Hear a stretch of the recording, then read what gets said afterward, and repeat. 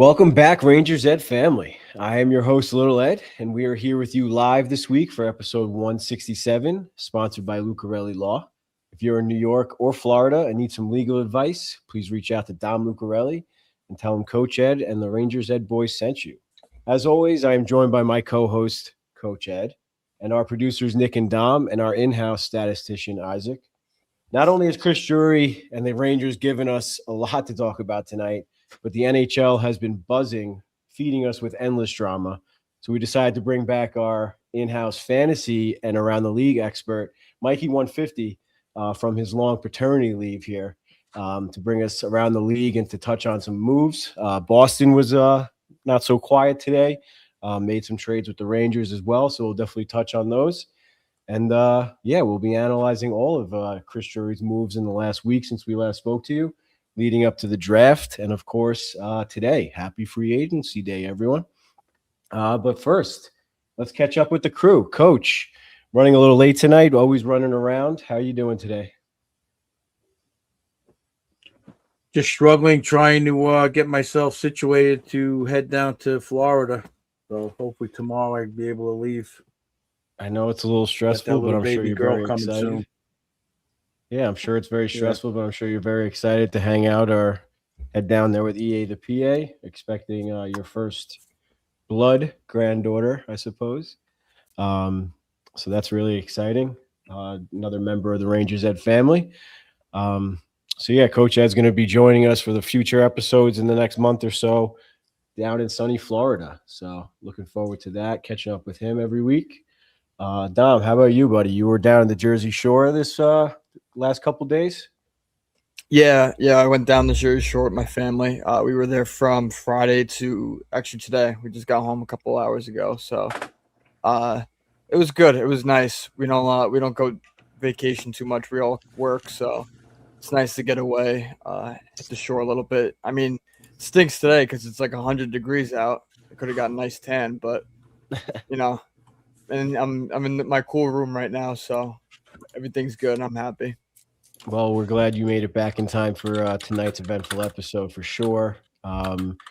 Jumbo on the bottom left there has been killing it with the graphics the last couple of weeks or the last couple of days, and especially today, keeping up with all the moves and announcing it to you guys on socials.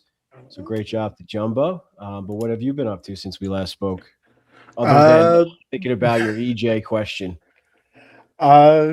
Pretty much just what you just ran over, doing a lot of the graphics, getting everything out there for everybody. But with that, guys, you'll see it scrolling up at the top of the screen. Go ahead and check out all the social media pages. We're cooking over there. We're having fun. Just go over there and have a good time with us. Hell yeah, man. You guys are doing a great job. Dom released or whatever, we released a clip for EJ Raddick discussing maybe McDavid's future, tickling a quick little 50,000 views on that one, and a lot of upset people in the comments. A lot of upset people. Little upset that he said he's going to Philly, possibility of the Rangers, Detroit. Everyone thinks he's crazy. There's a few people in the comments that probably have no idea who he is. But other than that, yeah, it's a good time over there, guys. So check out all of our socials, and if you're listening on audio and you couldn't see that at the top of the screen, definitely head on over to YouTube, and you can see all of our faces as we talk to you and update you with all these exciting trades. Last but not least, Isaac, you've been really cooking today in the group chat. You're keeping us updated on all of the stuff on Twitter or X, whatever. Speaking of that, Isaac's going to be taking over our X and managing that a little bit, tweeting out some analytics and different stats or whatever else is new and exciting in Rangers world. So if you want to talk to him or anything, definitely check that out. But other than that, Isaac, what have you been up to the last week since we spoke to you? To be honest, not really much of anything. I'm just home with my family now, and today I was just a lot of refreshing Twitter, seeing like all the different signings or whatever. Yeah, this is like Christmas for you. Yeah. Yeah, good stuff, man. You guys, like I said, have been killing it. Good team we're building over here. Keep up the good work. Yeah, like I said, a lot of exciting stuff. But one thing I wanted to touch on real quick, just got to get something off my chest. a lot of buzz about being like bandwagon fans for the World Cup. Why is that a big deal? Do I have to watch soccer every day of the year to root for my country in the World Cup? No. I mean, I'm No, sure there's I- a lot of hockey fans that never really watch hockey, but they watch the U.S. in the Olympics.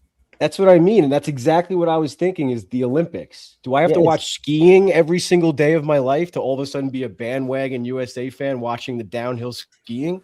Am Yeah, I it's not allowed like to do that? it's not like you're like a fan of whatever sports league, or you're a bandwagon of whatever sports league and you're picking whatever team wins. You're Right. picking the country you're from, you know? Right. We're all USA people. Like we're all kind of part of the team here. I'm allowed to root for my country. I don't know. I thought that whole thing going around right now is a little weird. I guess it's feeding off of like the Knicks bandwagon fans, but that's another thing too. It's like if you live in the city and you want to root for the Knicks, by all means, go for it. Like, why is that a huge deal? But yeah, just had to get that off. I was thinking about that today while I was driving. I thought that was crazy that's still going on. And it Well, happens one of every the 4 few- years. So it's not like it's like an annual thing. You know, what would you say, Coach? No, keep going about that. I'll interject in a minute. No, that's pretty much it.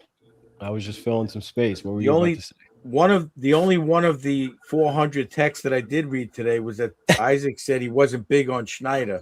So that's when I just put the phone down. Before I said something that I might regret. Well, we'll get into that. So yeah, I'm sure all of our listeners and we're all chomping at the bit to talk about some Rangers hockey. But before we do that, let's bring on our guest, Mikey 150, back from paternity leave. Congratulations, buddy. It's really good to see you and Christina, Mrs. 150, happy, healthy, and all that good stuff. How you been, bud? Fantastic. Just living the dream over here. That's it, man. That's it. And I finally sent you over the. Mike. Yeah. Thanks, Coach. Appreciate that. Finally sent you over the bald Panarin shirt.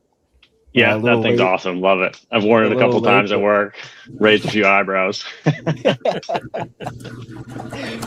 Good stuff, man. So, what have you been up to at work? Anything exciting, or are you really on paternity leave as of now? But you said you got back, right? Yeah, no, I've been back for a bit. Just back to the grind. Been in the office a lot. Field season just started. Was out yesterday. We tagged one shark yesterday, which is sweet. But yeah, just field work begins. So not much to report other than that. But talk to me in a few weeks, and I'll have a lot more interesting stories for you. For sure. Well, we'll definitely have you back on. And as always, hopefully we'll be back with our weekly or bi-weekly fantasy updates from you and Mrs. 150, continuing to kill us in our in-house fantasy league there. But we got our new guys on the bottom. Maybe Isaac can give you a run for his money or something. I don't know if he's a fantasy guy, but So we both auto drafted last year, by the way. That was a plan, Unbelievable. and we both. unbelievable. I've done Yeah. fantasy like maybe once or twice, but it was a very casual league. I have not haven't done it like intensely. Well, we like to say ours is crazy with it. we like to say ours is a casual league, but then Mr. and Mrs. 150 just wipe the floor with us every time. But that's besides the point. But yeah, new listeners out there, Mikey, like I said, gives us like our fantasy recap, gives you guys some tips and tricks for fantasy, maybe some sleepers of on like the waiver wire and things like that. And I guess on the side, he's a professional marine biologist. He lives up in Newfoundland, Canada, and studies sharks and other marine wildlife. And he brings us some good stories and some nice pictures and things that we'll definitely talk about over the course of the season. So welcome back, Mike. It's been an exciting free agency day, and I think it's a great episode to bring you back to jump back into the podcast life, man. Yeah, it's been electric. I haven't had much time to look at my phone, but I've been on here and there, and every time it's just you got to scroll to get through all the updates. So that's it's been a fun day. For sure, man. Well, we have a nice outline here prepared by our producers, so we'll definitely keep you on track here as we go along. And we'd like to hear your input. And like I said, the Bruins were pretty not noisy, but they made some noise, and of course they had to do it with the Rangers. So we'll definitely touch on that in a little bit. But the main thing that happened between last episode and this episode, other than the draft, obviously, is the big trade for Pavel Dorofeyev. So before we get into the draft and everything else Chris Drury's been up to, we got to touch on that. Kind of shocked the hockey world there wasn't any rumors of this happening, nothing leaked or anything like that. Not even Elliot Friedman or anyone really had anything to say. And then all of a sudden it dropped. Definitely caught us off guard. It's a great pickup. He did really well in the last playoff run for Vegas. Kind of surprising that they let him go. But then once you saw that he signed for 7 years, $11 million, it makes a little bit more sense that they may not have had room for him for what he was asking for. So they got rid of him before that could happen. Rangers didn't really give up much for him. They gave up the 26th pick in this year's draft, which was then traded to the Habs. Pick 92, which Vegas took Benjamin Wilmot. And then the top 10 protected in 2028 in the first round. So, yeah, Kevin Weeks calls him Pavel Dorofeyev. So that's a good sign.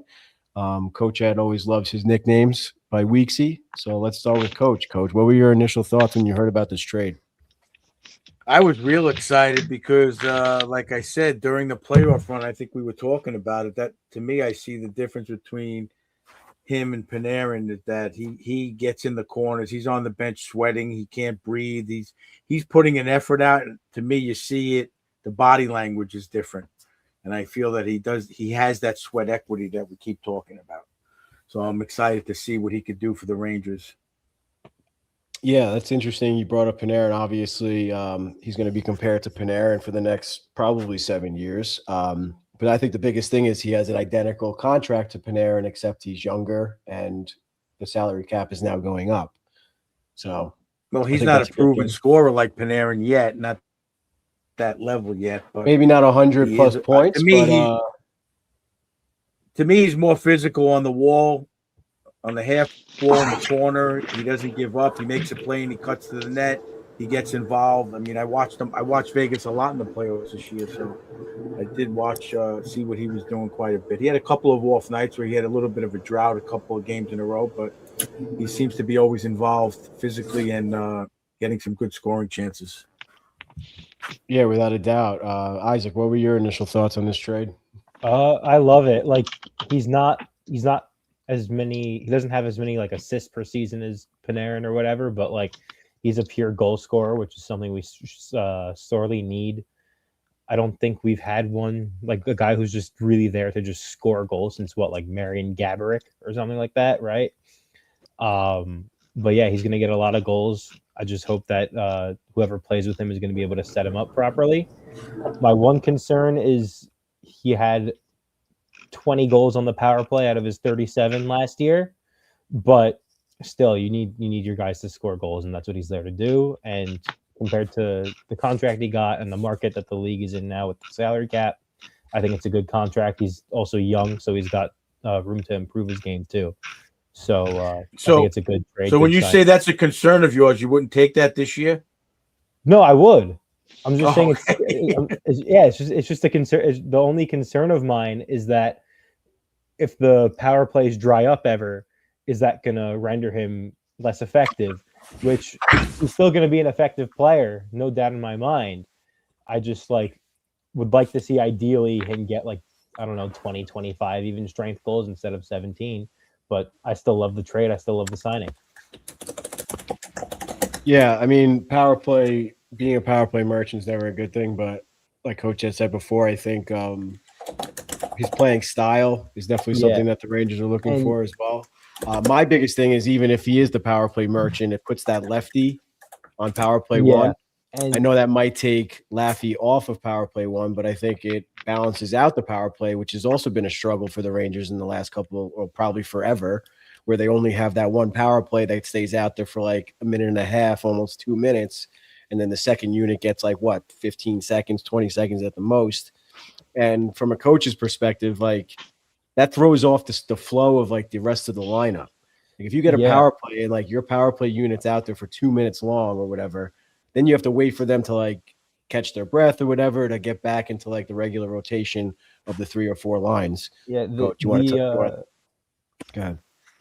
The huge thing for me is that he's a very good defensive forward. Analytically, his defensive numbers look really good. So it's not you'd have Patrick Kane in his recent years, you'd see him cherry picking for offense. That's not what Dorofeyev does. Yeah. He's going to score however many goals he's going to score, and he's not going to sacrifice anything defensively. He's not going to risk whatever turnovers. He's got a very good stick. So I think it's great. Mikey, from a fantasy perspective or an outside perspective, what were your thoughts on this trade?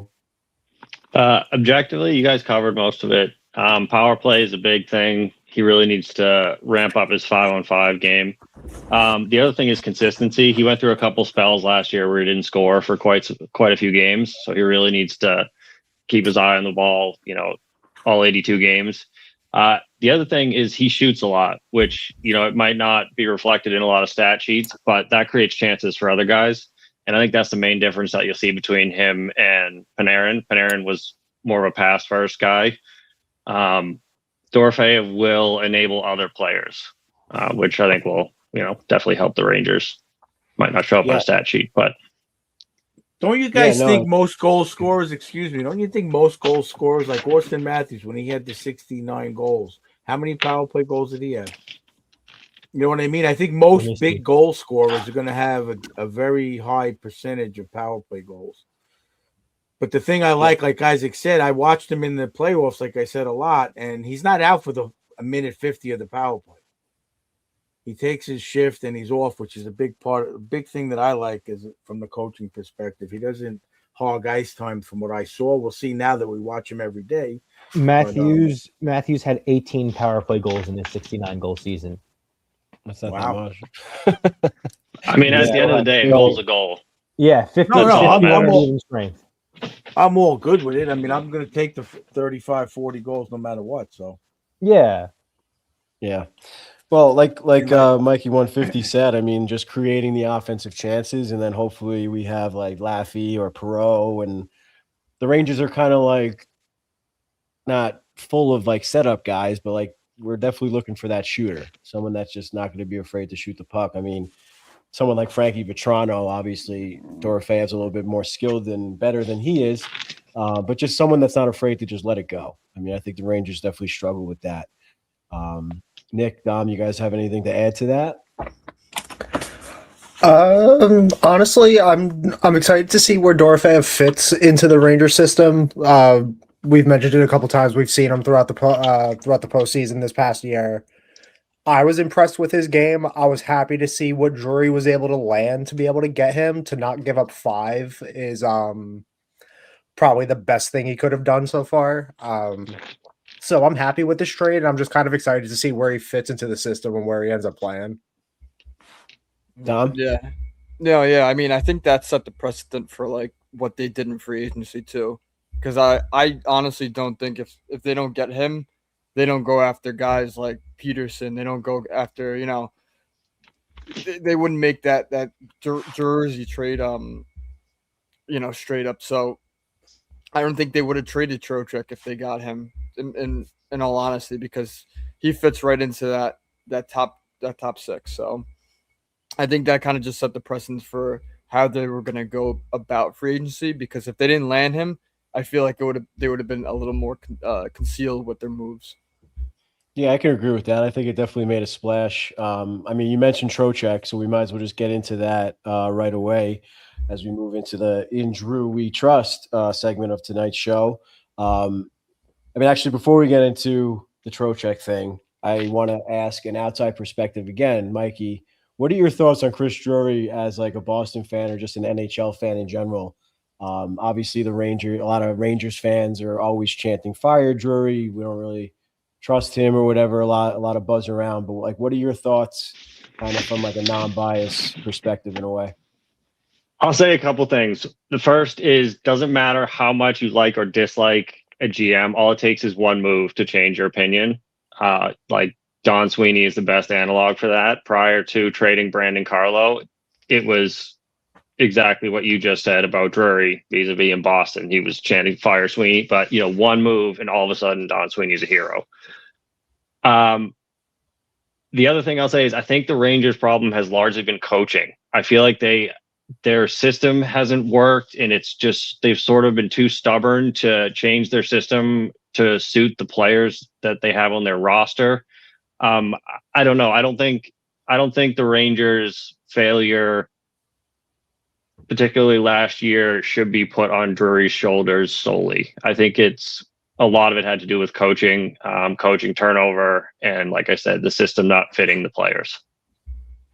Yeah, I agree. I think that's a big thing is why Drury signed Sullivan to the 5-year contract as opposed to like these 2 or 3 year deals that coaches usually get. I think they're thinking long term and just building a culture and establishing the culture and yeah, just like players like Panarin or I'm trying to think of like Zibanejad, like to have like 3 or 4 different coaches in the last X amount of years. I mean, you even look at the Oilers with McDavid. It's got to be hard to get used to just being around the rink and just like having a completely different voice like every other year. To me, that just doesn't build what you're trying to build. So yeah, I'm glad you brought that up. But at the same time, getting rid of a player like Trocheck that we just mentioned obviously hurts us a little bit as the Rangers Ed podcast. We're obviously very high on Vinny. If you've been listening the last couple of weeks, Coach Ed and I have been definitely trying to, I guess, promote the most of like trying to keep him and giving you guys the positives of that. So let's let Coach go first. Vinny was probably his favorite player on the Rangers the last couple of years. So Coach, why don't you say your piece and your thoughts on the Trocheck trade? I know you're kind of catching up a little bit still, but Well, I hate to embarrass myself, but I really didn't know he was trading. What happened? well, fans, Coach literally rushed home from work to jump on the pod, and like I said, he didn't catch up on the group chat. So why don't I be a good host here and say that Vincent Trocheck was traded to the Utah Mammoth in exchange for the 2027 third-round pick, Cole Beaudoin. Am I saying that right? I think Boudouin. It's French. Boudouin? Something French. Say it like an American. It's Beaudoin. Yeah, Beaudoin. Okay, so that's why we got Mikey here around. And too bad we don't have Sam Rosen trying to pronounce that one this year. But and then also Sean Dursey, who is the top 4 defenseman, should slot in there with who'd we say earlier Marcus today? I guess Pettersson. Which Coach probably didn't know that the Rangers got Pettersson either. So we'll get into that in a few minutes. And then Cole Beaudoin is a top center prospect. He's 6'1", 209 pounds. And he plays the game the right way, it seems like. So, Coach, that being said, what are your thoughts? I mean, it sounds like if you're telling me he's a 6'1", 209 pounder, obviously from our Johnny Laz conversation a month ago or so, that's what we need to do is build on the centers down the middle. Trocheck is kind of aging out, but I mean, that's going to remain to be seen. That I don't know those players that they got for him. So, maybe he'll be at the prospect camp and we'll be able to see him up close and see what the deal is. But again, I'm going to trust the moves he's been making from what I had said in my analysis. To me, he's picking the guys that fit the mold that they're trying to build, that sweat equity mold, and I'm gonna have to trust it. Nothing else I mean, the biggest right now. I love Troch. So yeah, I mean, the biggest thing for me is like we were probably trying to just like hold on to like his leadership and like all of his intangibles, which we talked about a lot the last couple of weeks. But really, the fact that the Rangers got to get faster. I mean, they really do. Trocheck isn't the fleetest of foot. Having another young center there instead of him might be a great thing, giving someone else another chance. It looks like you said, they're targeting the right types of players at least. The center that they did get, Cole Beaudoin, is another assistant captain. So I mentioned that in the group chat that he's another leadership quality guy that Drury seems to be going after. Almost like every trade, it seems like they're at least wearing a letter of some kind on their respective team. But yeah, at least for the prospects, maybe not the NHLers like Pettersson and that, but most of the prospects have been leaders. So that's good. I mean, yeah, it definitely hurts. To me, the contract was probably the most attractive thing. But at the same time, if you're able to get players like this for him, instead of maybe eventually sticking him on the 3rd or 4th line, maybe it's a good thing. Kind of like let him spread his wings a little bit and go over to Utah and enjoy some years over there. Dom, what were your initial thoughts on this trade? Yeah, I mean, honestly, the first thing I thought was what's going on with Schneider.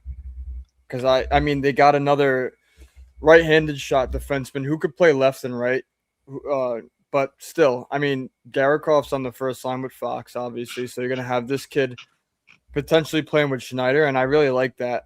Drury, he's solid. You know, we were talking about a group chat. I forgot who said it. I think Isaac said that's our power play 2 quarterback. So just a solid player. I like the center. I haven't done too much research on him, but he seems good. You know, you always like those solid centers where he's like 200 pounds, 6'1". So he's probably a beast. And I seen we got Green Tree. We have I'm not even going to try to pronounce it, American or Canadian. And then we have guys like Sakura,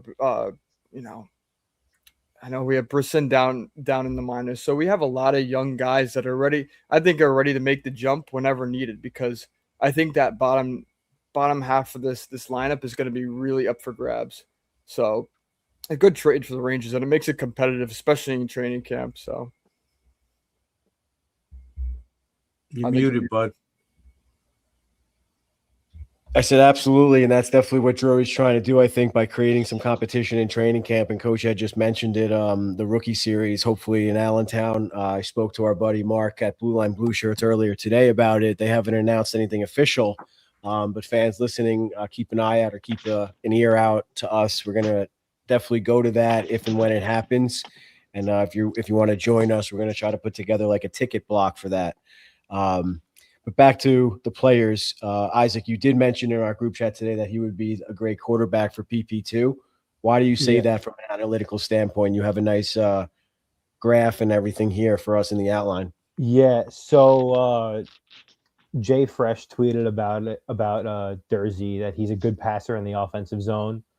The Rangers haven't had a power play 2 quarterback in a long time. And I think he's really good for that. I think he'll slot in perfectly as their second pair right side defender. The only thing with him is, can he stay healthy? Because last season he only played 60 games. The year before, I think he only played 30 because he had like some pretty bad knee injury. But if he can stay healthy, he should slot right in there. And I think that he'll just be really, really good. Well, yeah, like I said before, that'd be awesome if Drury is really thinking that way to balance out the power play and have like a 2-unit threat. Yeah. I think obviously that's a no-brainer in general, but kind of hard to do in the NHL. You don't see it very often. Yeah. What's good too? Sorry. I was gonna say what's good too with him is he's only 27 now, so it's not like Marcus Pettersson. I also think is a good defenseman. He's just 30 years old now. Dursey is 27 years old, so he kind of, I think, fits the retool timeline a little bit better. So I think he's definitely somebody who I could see being here for a while. Dudefinitely. Mike, you anything from like last year or anything to mention? I'm not really too familiar with this guy. Dursey's an interesting player. When he went to Utah, he sort of swapped roles. He became that power play guy that you guys have been talking about. Prior to that, he was he was a grinder. He was just like 8 pucks. He blocked like 150 plus shots a season, some odd. And, he went to Utah. He started quarterbacking the power play. And then, obviously he's going to be filling that role in the second power play for the Rangers, which is great. And it's also, he can slot in on power play 1. I know Fox, when he went out, that really crippled the Rangers special teams last season. And, just having a guy that can step into that role if anything happens, is it's a real nice thing to have on your team. Yeah, that's what I was going to say, Mike. Because Fox always, every season, tends to miss 10 to 15 games or around that. Yeah, I think Drury definitely has that in the back of his mind, because it seems like he's really loading up on D just in general. I mean, too many D's never a bad problem to have, but we keep mentioning they also got Marcus Pettersson. Was that return ever announced? Yeah, it was a conditional 2030 first-round pick, and it's top 10 protected. Gotcha. Nick, sorry, I didn't get your opinion on the Trocheck trade. I wanted you to get some time to say goodbye or your thoughts on Trocheck as well. In terms of the trade itself, I like the return that the Rangers got from this. It's probably not what they would have gotten, say, if they traded Trocheck at the deadline. but to get the value that you did with Jersey and with Beaudoin in there, I think Drury made the right move. He made the smart move for the team going forward. I liked Sean Jersey when he first came into the league with LA. I always liked his game, and he's improved a lot more since then in the last, 3 years that he's been in the league, 3 or 4 years.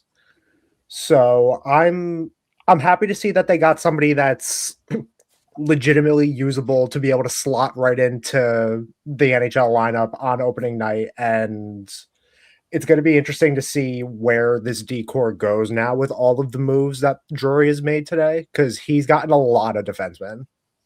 Yeah, I'm glad you said that because I wanted to mention that too. I think it would have been very disappointing or whatever you want to call it, like if the Rangers just got back like a few picks for Trocheck.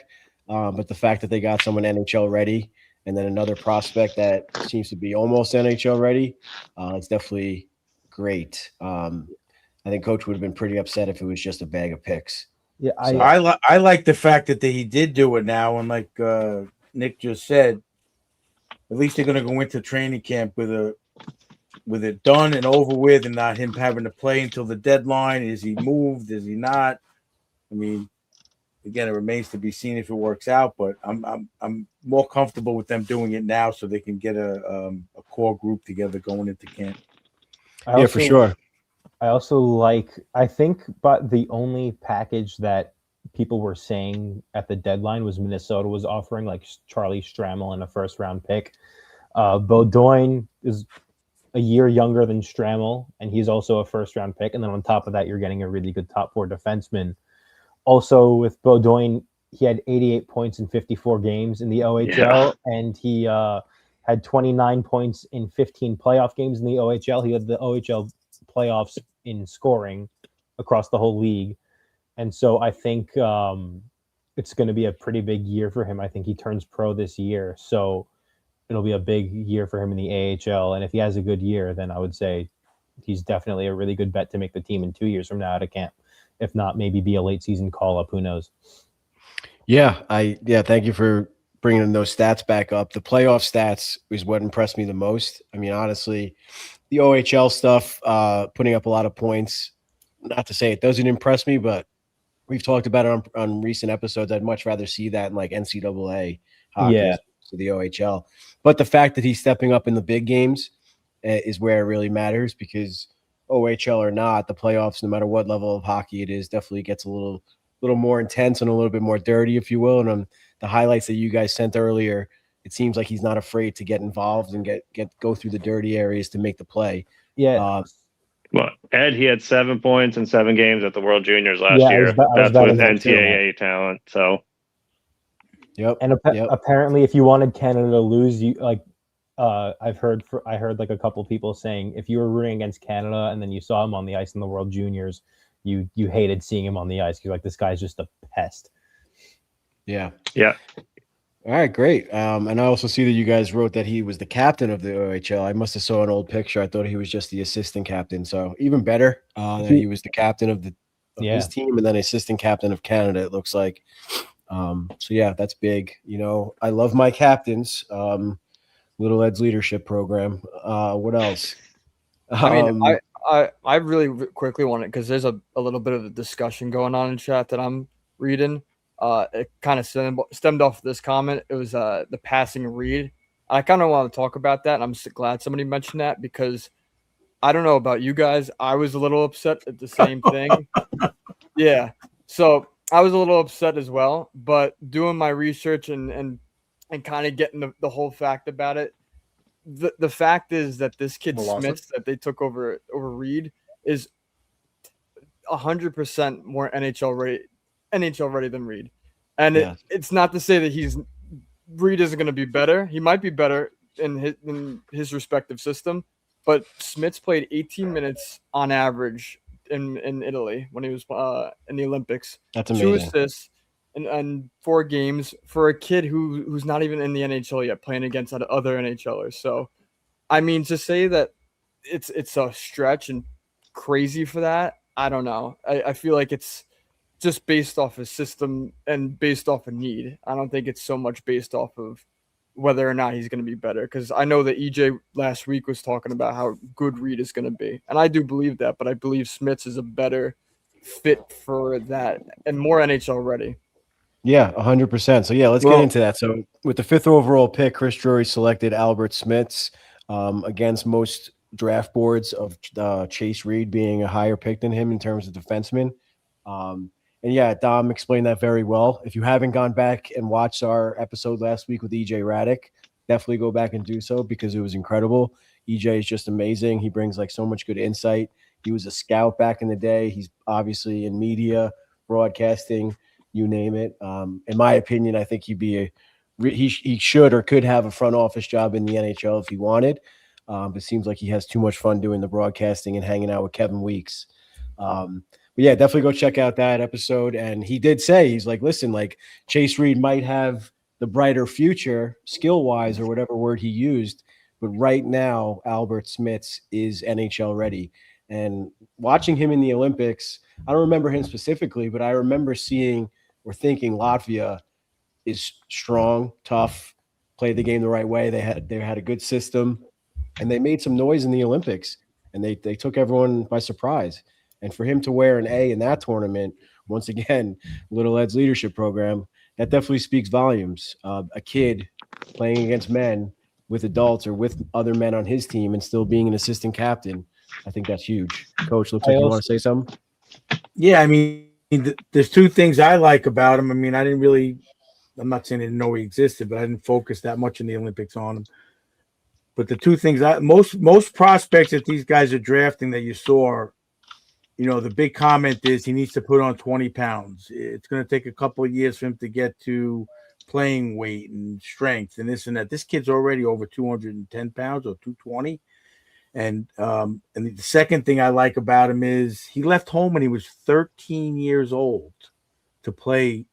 I don't even know where, but I know he left the Finnish Elite League, right? Yeah. And so you're ready. The big thing, like we talked about with Capo Caco, it's a big transition coming to the U.S. You're away from your family. And that was the big thing with NCAA years ago. They wouldn't take guys as true freshmen because they want to see how they were going to be away from home in what do you call it? In the junior leagues and how they're going to handle traveling. And this kid's been doing it since he's 13. His parents have never been out of Latvia until the draft, from what I heard on the radio. So this kid made a big commitment at a young age, leaving his family. So that I don't think that's going to be a factor, and I think that's important as far as transitioning to the North American game. Yeah, you always hear that with like prospects and stuff transitioning into the NHL and not feeling comfortable speaking another language, blah blah blah, coming into New York City especially. I didn't read that on the screen, Dom. What was that? He's basically asking about if the Giants should have passed up on Reed. Ask any Canadian about Reed. Canadian players win the cup. Well, when was the last time a Canadian team won the cup, Mikey? 150? 93, 94. And every player wants to leave Canada to play for the United States team. So they want to go play in Florida where there's no tax laws, or like no tax, whatever, on their salary. The best comparison I have for this kid is Maurice Sider.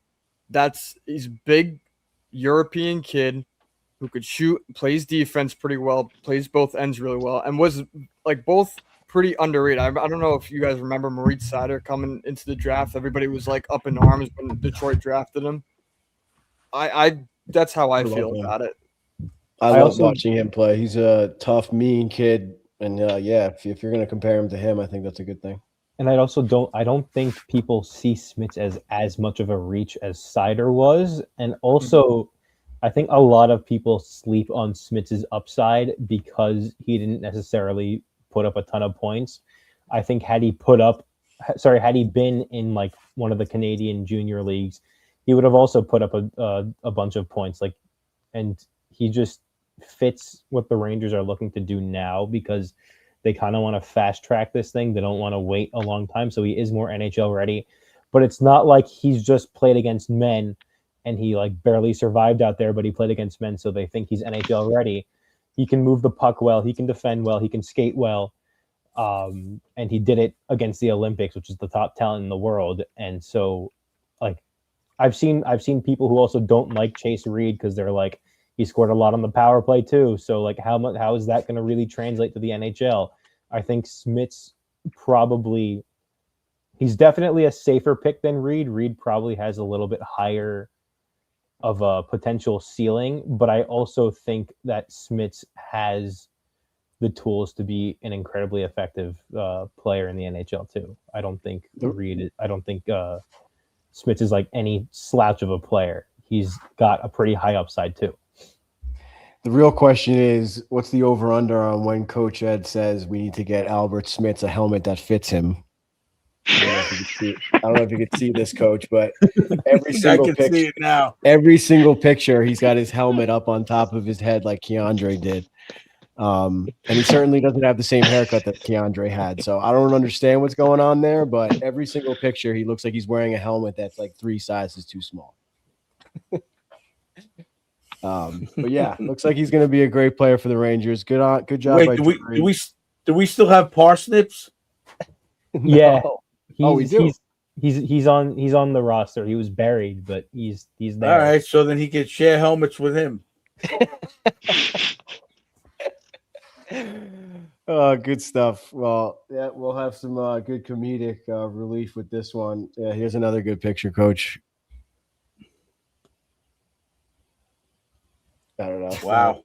Yeah, and I definitely I don't want to come after that guy because he makes a good we're just messing around. No, I didn't. I honestly did not think it was going to fall to 5 or past 5 for that matter. Yeah. So. No, it was definitely a shock. I mean, it shocked everybody without a doubt. But like we just said, we talked about it a little bit with EJ, and Isaac kind of called that one. He was high on Albert Smits from the jump when we did our draft preview episode and everything. So good job, Isaac, and Chris Drury did a good job by landing that one. I do have to say, like, if I were Chris Drury, like, would I personally have picked Chase Reed? Probably, but I'm not mad at taking Smits at all. I totally see the vision, and it's not like I don't think they passed up on somebody to get someone with a high floor, low ceiling player. I think Smits has a high floor, but also has a high ceiling. It might not be as high as Reed's, but it's not like an insanely off the board thing. A lot of people had Smits as either the best or second best defenseman in the draft going in. So it's not like an insane reach to me. But you guys just picked up Sean Durzi, and you guys are talking about his prospective ceiling a lot with respect to his offense. I mean, he's walking into a team with Adam Fox and Sean Durzi. So does it really matter if his offensive ceiling isn't as high as the guy that got picked after him? If he is NHL ready, which I agree is huge for the Rangers, that he can just jump right in. And he's ready to be a force from day one in his career versus someone that might take a few years to develop and then get into a system and, then take over the role of the top dog. I don't think it's as big a deal. I just think that if you're taking somebody 5th overall, you want there to be some sort of ceiling, because at the end of the day, you're picking top 5. You don't want to just draft a guy that's going to be on your 3rd pair. You want to draft a guy who's going to become much better than that. But I think Smits has that potential. Yeah, I mean, I agree with Mike. Not every defenseman is going to score, and if he's as good a skater as we're talking about, he'll just blend in and he'll get some points. He might not get 20 goals, but not a lot of D get it. So, I mean, think about a player like Jacob Slavin. I mean, every NHL team would take a defenseman like that in a heartbeat and give him a nice contract.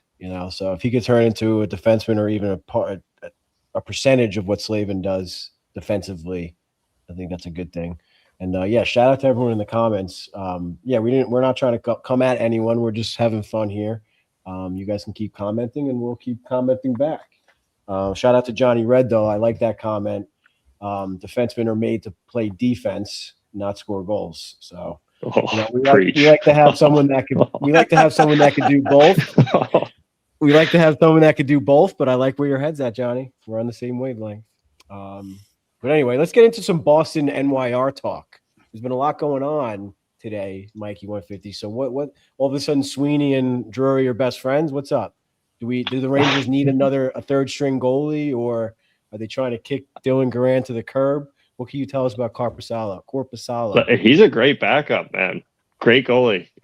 He came from Ottawa, and he was like, I think they paid $3 million for him, which, for a backup goalie, generally it's not all that great to pay a whole lot of money for a backup. But he's great. He had a few shutouts through the season. It was never a worry when he came in. He's not one of those volatile players that you never know what you're going to get. He's consistent, and he'll do a great job between the pipes. I mean, I got no issue with him being in a Bruins uniform, and he'll do great for the Rangers. Yeah, so the Rangers traded a 2028 fourth-round pick, and Kale Vasinat. How do you say that? Vicinen? I don't know. Something. Yeah, so I mean, the biggest thing that we were talking about before in our little group chat is we have faith in Dylan Garand. I've always liked him. Coach Ed and I have been watching him in Hartford the last couple of years. I think he's great. He played well for the Rangers towards the end of last season. But let's kick it over to our goalie expert, our in-house goalie expert, Dom. What are your thoughts on the possibility of Garand splitting time and, I don't know, kind of getting the snub here a little bit?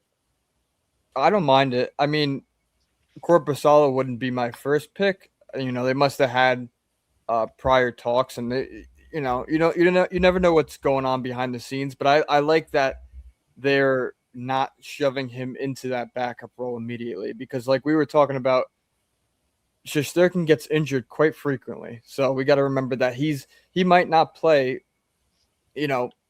what most goalies are playing, and Garand might have to be that starter. So getting a guy like Corpusalo that could ease him into that, even if they're switching from Hartford, and you have Corpusalo scratch, kind of like what they did this year with Quick, like it's not a bad deal. I would take that rather than throwing this kid into the fire. And then who do you have as your backup? Spencer Martin. So you would have Spencer Martin and Garand as both your goalies if something were to happen to Shesterkin. So I think it's safe, especially the direction the Rangers are going. They're not looking to rebuild. I think they're pushing toward that. Like, we're gonna make those big moves, so we want somebody able to hold down the fort. And like Mikey was saying, he's a solid goalie. Like, he had a few up and down years in Ottawa, and in Boston, but I think last year he played pretty well.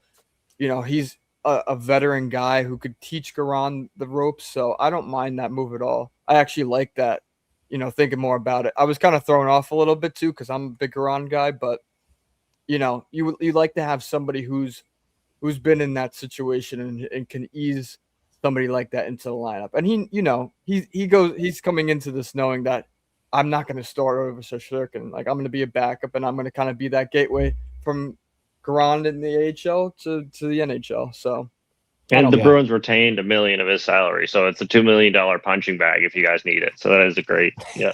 The Bruins retained $1 million. I thought the $1 million was from Ottawa, so it's a $3 million cap hit. Am I wrong? No, the Bruins. I think the Bruins retained $1 million of Corpusalo's salary.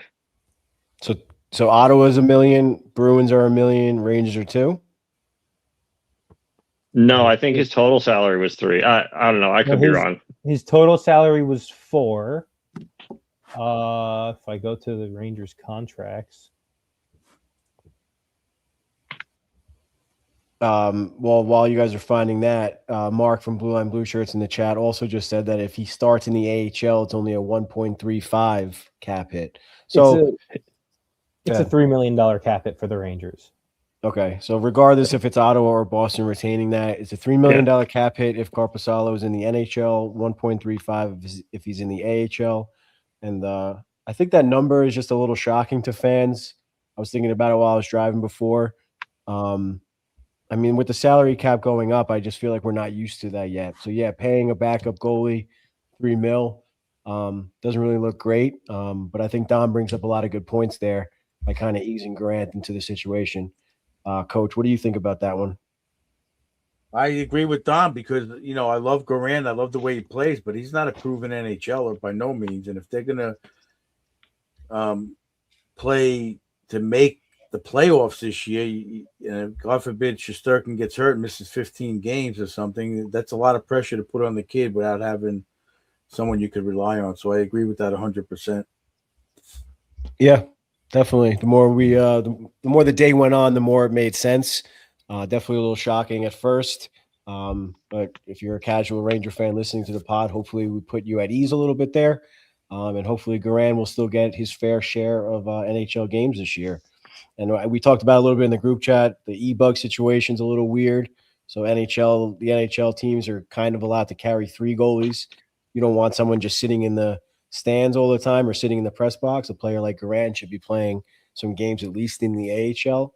But that's also something to think about, that maybe Igor just gets the night off completely one night and he's up in the press box, able to just relax for the night instead of having to warm up, back up, and blah, blah, blah. Kind of like what Freddie did in the playoffs, even though he was hurt. But whatever, similar situation. We'll see what happens. The other trade with Boston, one of our not favorite players, but we like Borgen. He didn't have the best year towards the end, but he started out strong with the Rangers. Obviously, Capo Caco went to Seattle in exchange for Borgen, so we hoped it worked out a little bit better than it did. But it turns out Drury was loading up on D and didn't really have room for Borgie, so sent him over to Boston in exchange for a 2027 second-round pick. Drury loves those second-round picks, and conditional 2028 third-round pick.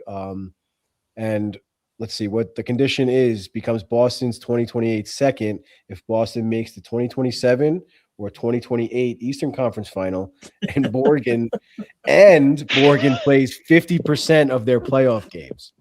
So, Coach, who comes up with this shit? Coach, Yeah, not only who comes up with it, who keeps track of this shit? Coach, you better be on the lookout. If Borgen plays one more game than he's supposed to, you got to let us know. It's 50%. I didn't even know he got traded till just now. Let alone how many games he's gonna play. Oh, Dom, put that. I wrote down the time, so it's going. Dom, get the dry erase board out. You should have the dry erase board behind you with all the trades and stuff. I threw that away. There's too many trades. I can't keep. I need a bigger one. I got to get like it on the wall right over here. Yeah, you got to do the whole feet on your wall. Yeah, me and Dom talked about it. We're gonna hook him up with a custom whiteboard in time for the season to keep track of all Coach Edisms over there. Coach Ed's antics. Yeah. So yeah, Coach, what did I say about the retention? No, Mikey 150. What are your thoughts on Borgie? Are you excited to have him? Obviously, it's just for a few picks, so it doesn't really affect the team right now. But yeah, what are your thoughts? Hey, you can never have too many defensemen. Yeah.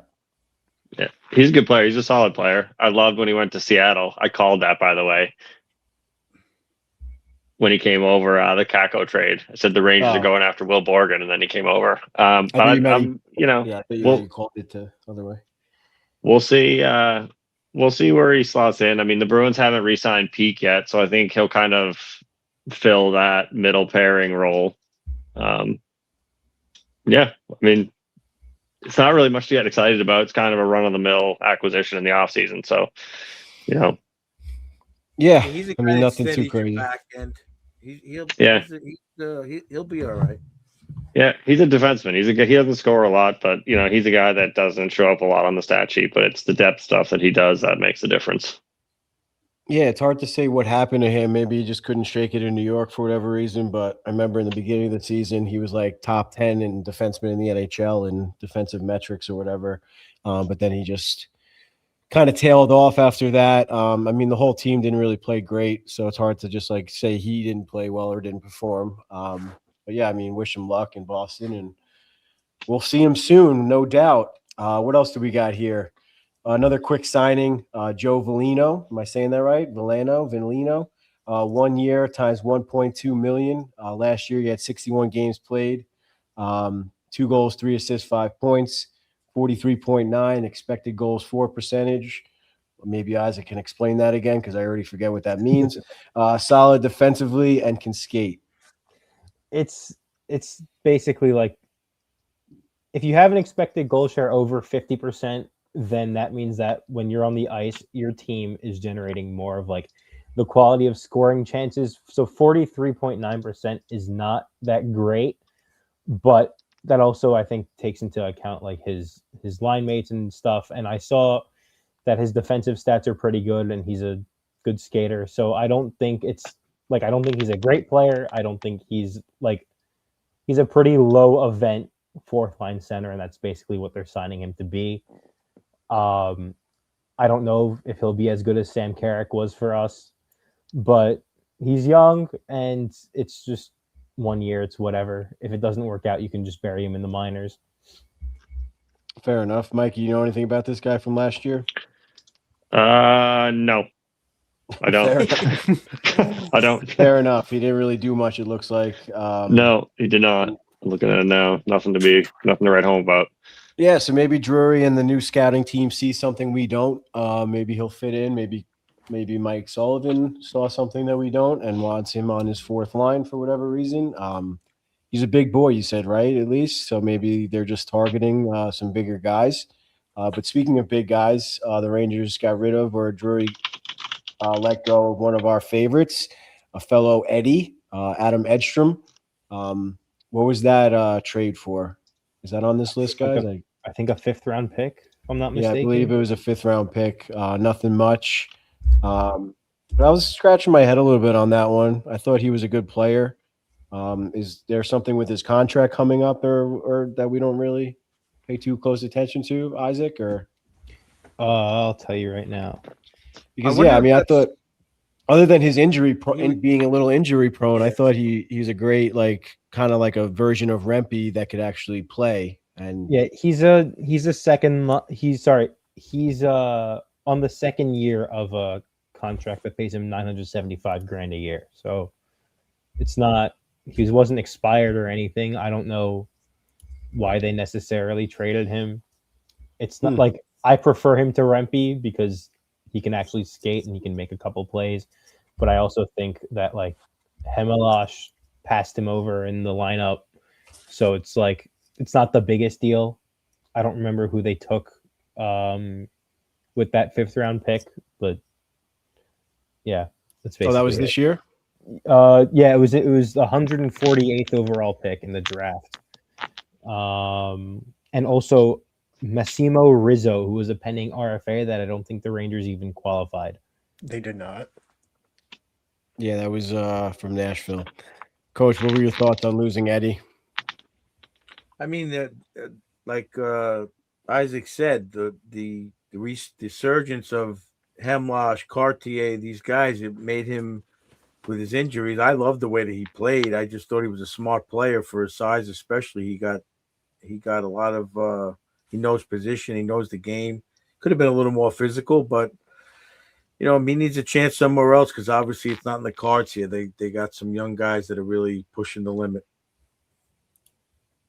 So they kind of did him a favor, I think. I think the Rangers traded that pick to Seattle, and they drafted Lucan Huff. So now I'm trying to see what the Rangers traded that pick for. Johnny Red just said they used that 5th pick to trade up for the 4th round pick. Right, and who'd they draft in the 4th round? That's what I'm.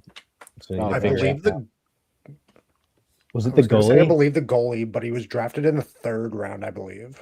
I could be wrong though. Interesting. There's a lot of shit going on. Very eventful couple days here for sure. Yeah, just with the Rangers need another goalie, I guess, to kick Garand to the curb. For a year that they said there's not a lot of free agents and whatnot, there's a lot of stuff going on. A lot of action. A lot of action. Yeah, we'll get more to around the league later. They were getting close to the end here. I mean, we talked enough about the Marcus Pettersson trade. I guess we didn't really talk about it. We just mentioned it a few times. But the Rangers received Marcus Pettersson from Vancouver. Didn't have a strong year last year, but obviously Vancouver just didn't have a good year as a whole. But he was great under Sullivan in Pittsburgh. I think that's really the key here is Mike Sullivan is targeting some of his old players, or him and Drury are at least working hand in hand, which is a really good thing. If you're a Rangers fan, it's something that we've been looking forward to for a while. Coach Ed has always mentioned it, that the coach and the GM should be working together and really just building that environment as a whole, and not just the GM making trades, the coach, whatever, coaching and trying to establish the culture. It should all be one, unit. And I think Sullivan and Drury are doing a good job trying to target these players. And Pettersson is definitely someone that I think Sullivan sees something in and knows what type of player he is and told Drury to just go after him. I know you guys said it before, but what was the return? Conditional 2030 first round pick. It's top 10 protected. Gotcha.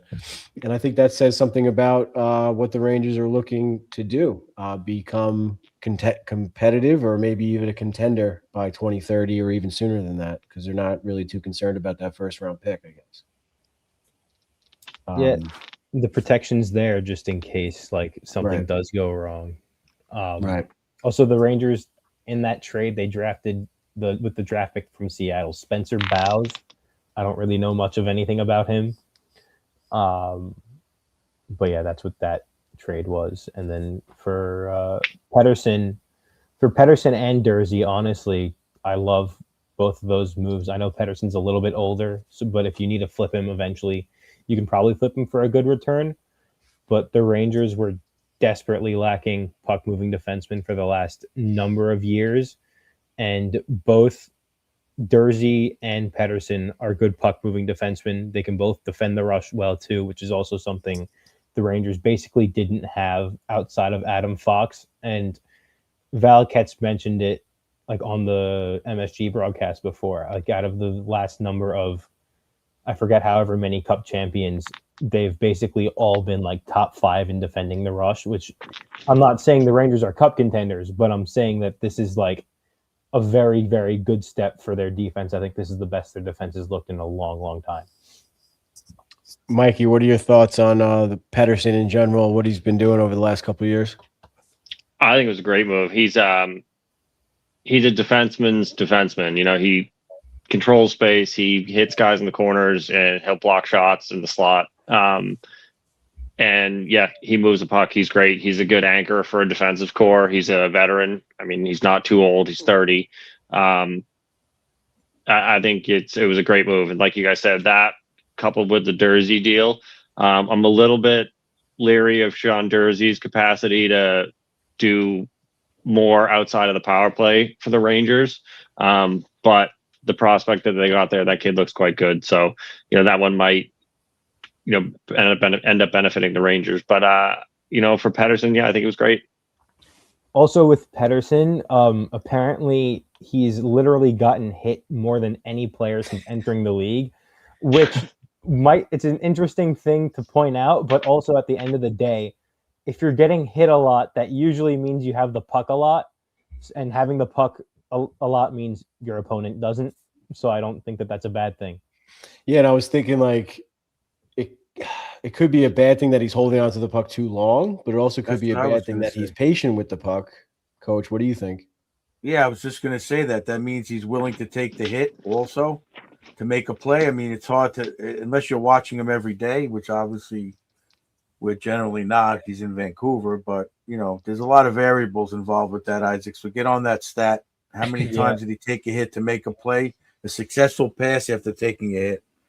I need to watch some film on him just to see, like. Or is he just doing a Keandre Miller and just rimming it around the wall to the other side of the ice? Listen, missed you, Coach. He's got pretty good defensive metrics, so I don't think he's just turning the puck over in his own end or anything like that. I think he's like actually getting breakout passes, you know. So I'll have to watch some video on him because obviously playing for Vancouver, I didn't see much of him, but just from the scouting report, the fact that he did so well under Sullivan in Pittsburgh, I think I like the trade. Yeah, and these stats that you sent us from JFresh all look pretty good. The 78% projected WAR. Yeah, obviously. his stats are a little bit weird because the way he does them, it's a 3-year like rolling average. So it doesn't just take this past season into account; it takes also the 2 prior. But like if you look at the little graph on the bottom right, if you look at the chart for his offense kind of dropped a lot between last season and this season, but his defense also shot up. So defensemen who are good defensively, you can never have too many of those. And the fact that the NHL is a big rush league and he's good at defending the rush and he can make a breakout pass, I think they're all like those are the most important attributes to be good at it as a defenseman. Yeah, definitely. I think, like we keep saying, Drury seems to be targeting the defensive-minded players with a little bit of offensive upside, and I think, like you said, you can't have too many of those. Um, Last but not least, another defenseman, Oliver Bjorkstrand, 1 year by 4.5. So He had winger, not a 15 defenseman. What'd you say? He's a right winger. Who am I thinking of? That was a defenseman. My mistake. Anyway, 1 year by 4.5, 15 team, no trade clause. Last year he had 32 points, 12 goals, 20 assists. He's over the 50% expected goals. Yeah, he's for really percentage. over the 50%. According Yeah. to Money Puck, at least 63.7. Who am I thinking of? Whatever. Yeah, typically mid 50s point scorer, struggle with Tampa, and this is a great prove it deal for him. And I think he could be another player that gets flipped at the trade deadline, perhaps. He's only got the 15 team trade no trade clause on that one. So we'll see how the season goes. And I feel like when he came up today in the group chat, I feel like that name is always floating around the NHL, but like never in really a negative way. He's always kind of like just making noise, but not like, oh, we got to get rid of this guy, whatever. He was really, really good when he played in Columbus, and then I think it was a couple of years ago, Tampa traded for him at the deadline. But also he was playing in Tampa Bay in a lesser role than he normally was. I think he was like a top line or top 6 player for Columbus. But in Tampa Bay, they were so stacked on the wings that he didn't. But then this year, his scoring took a dip, but I think it's fine because like it's a 1-year deal. It's not a high cap hit. If he performs well, great. And if the Rangers aren't in playoff spot come the deadline, he's a middle 6 wing that you can trade at 50% retained. So that's like just over $2 million. You can get like a 2nd round pick for him, maybe a little bit more, depending on how well he's playing. So it's a very good bet, and it's not long term. So you're not locking yourself into anything if anything goes wrong. Yeah. Another 2, I guess, smaller trades, I guess, would be the Brett Berard trade. That was a little not shocking, but kind of like just needed a new start type of thing. Us on as a show, I remember when they were going into the season with Sullivan, we thought that Brett Berard would be like a Sullivan type player and really excel under his system. But he never really made any noise in the opportunities that he got with the Rangers. So maybe he just needs that fresh start. He's a smaller player, so maybe he just needs the right system to excel in. And yeah, I guess we wish him luck. The other one that really hurt me a little bit more was Johnny Brodzinski getting was he dealt or he just signed with? He signed with the Cap. Yeah, he was a free agent. He signs with the Washington Capitals, and I guess that's a good segue into around the league talk. Washington Capitals really making some noise, signing and trading for Alex Tuck out of Buffalo, trading for Jordan Kyrou from St. Louis, another great player. Obviously, Brodzinski, like I just said, and then there was one other guy that they got today. Who am I forgetting? Is that it? I thought they got one more. Boone Jenner today too. Yes, Boone Jenner, Boone Jenner. Boone Jenner from the Blue Jackets. But yeah, before we get into the around the league, I wanted to kind of get everyone's grade for Chris Drury so far. Draft, free agency, I guess just off season in general. Nick, you haven't spoken much in the last couple subjects or players. Why don't you go first? I'll give him until we see how all the moves work out and how they all fit into the Rangers structure and everything. That's not how this works, Nick. That's not how this Of works. course, that's the answer. I'm asking. Fine, then he failed. Fire him. Get him out of here. Run him out of here. The only thing he did was not call Connor Sheary. Until I see how these guys work out, I'm going to get. What does that mean? No, I'm just saying before, so I can go back and look at my grade now and compare them.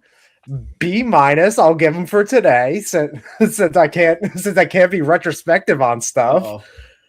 B-, B- for today. We'll see how everything goes, and hopefully he proves me wrong. But I've been proven wrong in the past by him in a different way. So. What about Connor Sheary? But I'm signed in Buffalo. glad he's gone. Yeah. I think that's a big reason why Berard wasn't like in the lineup, was because they gave Sheary a spot that I think should have gone to him, because Sheary wasn't you should have great. gave him an A, Nick, if he got rid of Sherry. I mean, that's not the only. I can't be partial. I thought you got upset for him explaining it. I mean, yeah. No, but, I was saying to Coach, I thought you got upset for Nick for explaining his takes. No, I was just saying that you got to give him a grade on what he did right now. The trades, they were all positive or they were negative. That's what the grade is, not what it turns out in 5 years. Of course, every team can be graded on that. Let's see how this guy turns out. They drafted in 5 years. I'm trying to set up. Poking the fire. I just like poking the fire. All right, No, yeah, I lost B-. you guys. I lost you guys for a little bit, but it seems like you've been having fun. But I'm back. So Nick, what was your grade? B minus? Yeah, B minus. No more. No. All right, let's go around the clock here. Isaac, you go next. Just based off what's happened on paper for the offseason, I'm gonna go A minus. Honestly, like, I think this is the first time in a while that the Rangers have had 4 genuinely good top 4 worthy defensemen. They drafted Smits as well. I'm also like an avid Drury hater. Like, I don't like basically anything that he's done up until now. I think this is by far his best offseason as GM. I was so scared that we're going to sign like Mario Ferraro to a long-term deal. I don't like Mario Ferraro. And I'm very happy. I saw like at the beginning of the show, he signed in Winnipeg. So just because of that, I'm like, he went out and got good players. He didn't sign really bad ones. So I'm just going A minus. I'm just very happy. And no Darnell Nurse. Yeah. Oh my God. No Darnell Nurse. Yeah. Thank God. I would have lost it if they signed him. Dom, what grade would you give Drury if all the players turned out to be really good? Yeah, if everything turns out good. A plus. No, I mean, I'd give him a B plus. I think he did a good job. I think a lot of the time for teams like this, you try to make the big flashy signing, and I think they did that with Dorofeyev. But they also made a lot of good strategic, like Bjorkstan. They had it with Drury. So a lot of good, certain signings for those positions that are needed, not the big flashy, like let's go sign somebody to other than Dorofeyev, like a $12 million contract and hope for the best. I think he just did what he had to do, and that's how teams like Florida are made too. Florida, you sign all these depth guys and structure that team around your really good guys. So I think that's what he's trying to do with Miller and Lafreniere. Hopefully he has a better year this year, and all those star players that the Rangers could have basically. Yeah, definitely. Coach? Well, my first question is to Isaac. What about Fortescue, Perreault? What about these draft picks? How do you hate Drury? Why do you want him fired? Well, I don't hate him. I don't hate him for Fortescue and Perreault. I hate him for signing Barclay Goodrow to a 6-year deal. I hate him for trading Pavel Buchnevich for scraps and using that money to sign Ryan Reeves and Sammy Blais when the combined cap hit of Reeves, Blais, and Goodrow was more than Buchnevich was making, who was a point-a-game winger who could play power play, penalty kill, and was good at even. All right, so with Goodrow, they went to the Eastern Conference Finals, I believe. Yeah, and I think that they would have. Well, that's not a bad move. I mean, you signed him for the playoffs, and he got you to where you were hoping. So yeah, but then anyway, he was. Don't even get me started on Buchnevich. So let's go. I'm going to give Drury a solid B plus. I think he's doing a good job the middle rounds, and I love that Dorofeyev move and the Smits pick.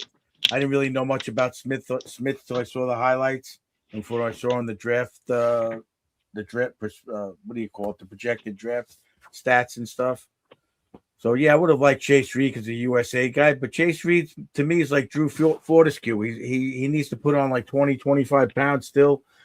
He was getting banged around during those games he played. So Smith is ready to go. I think he did really good in this year's draft, the last couple of drafts. I'm gonna go with the solid B plus, B plus plus, 2 pluses, not quite an A.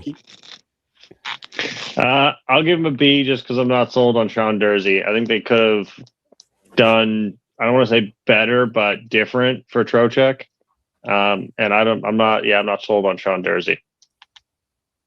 All right, fair enough. I'm going to go with the A-2 with Isaac. I think the biggest thing is, I guess, kind of a combination of what Dom is saying too. Is Drury seems to be like just hitting a few singles here. You know, they keep saying that on the radio and stuff, and like a lot of analysts, like GM's got to hit singles, doubles. You know, like load the bases a little bit, and then hopefully next summer or the summer after, Drury takes that big swing for a grand slam. You know, like keep building all the pieces around.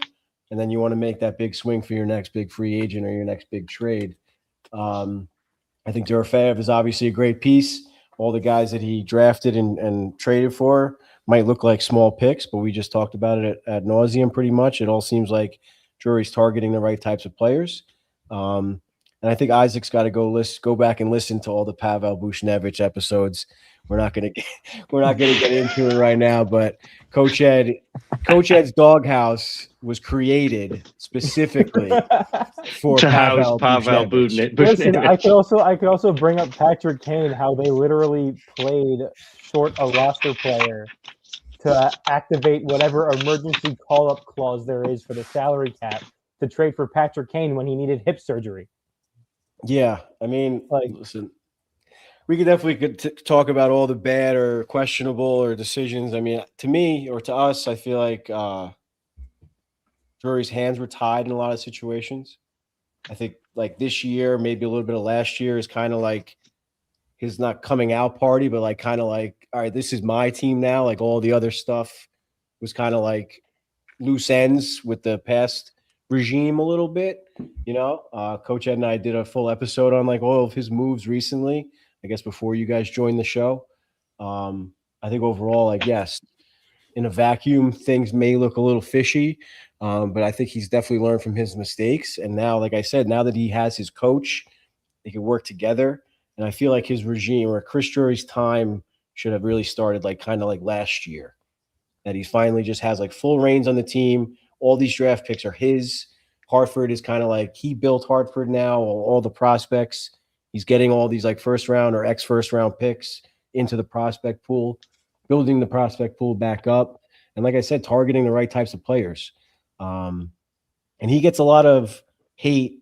Isaac, we're not just talking to you, we're talking to all Rangers fans. I feel like he gets a lot of hate because of realistically how the team performed. On paper last year, a lot of Rangers fan, myself included, had them possibly winning the Metro. You know, it was a very weird year. I thought they Trocheck comes made in. the playoffs last year, to be honest. What? Like going into the year, I thought they were going to make the playoffs. Yeah, 100%. Yeah, and like Trocheck, like literally almost died. He had that like bad lung infection, whatever. If he starts the year healthy, you never know what happens. JT Miller was hurt pretty much the entire year. It was an Olympic year. Sullivan's focusing a little bit more on Team USA than he is with the Rangers. Human nature, whatever. Chris Drury was also involved with Team USA. It's just a weird year all around, and I'm really looking forward to like kind of just a fresh start and like maybe the first year of like a healthy JT Miller as captain, and maybe not the 100-point JT Miller, but like the 80-point JT Miller, and with all these good pieces around him as well. And like we said before, just like getting younger and faster, and just like lack of a better word, keeping up with the rest of the league speed-wise. And I think that's what they're really looking towards, and not cheating the game and playing the game the right way. So I mean, yeah, I said as much as I've hated everything that, well, not everything, as much as I've hated on Drury as a general manager, I think that this offseason has been awesome so far. So like giving, like in that sense, I'm giving him his credit. I'm just waiting to see what else he does, how he goes about the start of the year, or honestly, between now and the rest of the year, you know, you still have Schneider to either sign or trade. You still have like, I don't know if he's going to go for like another winger or another center or something to build out the forwards for this upcoming season or if that's more something he's playing long game on. But I'm just waiting to see how it unfolds. But this offseason specifically, I've loved it so far. Yeah, and obviously, like hockey and the playoffs in general, you have to get lucky. You have to stay healthy. And I think if this lineup stays healthy, or at least as healthy as they can be, I think they can make some good noise and really make it back to the playoffs. I don't think they're going to win the Metro and be better than Carolina, but other than Carolina, the Metro is pretty wide open. I mean, I don't see the Flyers having an outstanding year again. I mean, the Devils are always up question mark. They don't even have a goalie right now. So Washington's going to be good. They're going to be Washington's very good. going to be good in the Metro for sure. I kind of forgot about them just now, but like I said, other than them, it's a little wide open. The East, I don't want to say the East is weak, but at least the Metro, they could definitely make a little bit of noise, I think, if everyone stays healthy and they play the right way. And like I said, if after the first year, now the second year of Mike Sullivan, it's not a new voice in the locker room anymore. Hopefully Zibanejad has another good year. Laffy takes another step. Perreault takes his first or second step. And, if everything goes well, like Nick said, it's going to be great. But if it goes to shit, we'll be talking about it all year, no doubt. That being said, let's go into the around the league. The biggest thing that we want to talk about, or that made the biggest splash today, I guess, would be Bobrovsky to Mikey 150's favorite team, the Toronto Maple Leafs, 3 years at $7 million. Mikey, what are your friends in Canada talking about, and what do you have to say about this? Look, they needed a goalie really bad, so they got their man. Now they got Bob and Stolarz. They played together in Florida, so he knows, his backup goalie, so he'll at least have some level of comfort there. And the thing about Bob is he seems to be content with the amount of Stanley Cups he's won because he's willing to sign on the dotted line for Toronto. So, that must be more to his mindset. Like he's willing to go somewhere and just play goalie. So that might be a good thing for Toronto to have something nice and calm. Too. Yeah. Wait till he plays a couple of games with that defensive core, and he's like, "What the hell did I do?" Freddie Anderson, by the way, just regret signed in Edmonton. What? Freddie Anderson just signed in Edmonton. Wow! Breaking news on the Rangers Ed Pod. Yes, now they have Devin, Levi, and Freddie. So. They can't seem to get lucky with a goalie, man. They've always, jeez. Remember when Mike Smith was considered good in Edmonton? Yeah. Mikko Do they still have Jari under contract too? Technically, yeah. Jeez. God, it's one they could never figure out in Edmonton. They can never figure out those goalies. And defensemen, they're like allergic to drafting defensemen up there. Bouchard's good at just like, other than that, he's a forward that plays defense though. Basically. Yeah, but listen, if you can get an 100-point player, you take the 100-point player. Like, at the end of the day. Yep, you're absolutely right. No arguments there. Yeah, but you look at all the moves that Drury made for defensemen in 3 days, 2 days, and Toronto didn't make any. What did they do for defense? That's it. That's their Radish, and that's about it, right? Toronto signed Nick Paul today. He's a forward. Wow. Not for defenseman. Sorry. Tampa Bay. Yep. Wait, who? Tampa. Nick Paul, I think, right? He's not a defenseman. Yep. No, he's sorry. a forward. Yeah, I didn't realize you said defenseman there, Coach. Sorry about that. Well, that's a shocker to me. Before we move on to something else, before I forget to ask Mikey, what was your opinion on the reaction that Nathan McKinnon had to getting the stuffed animal for the silver medal? That was so funny. It's just Iceman. That's so funny.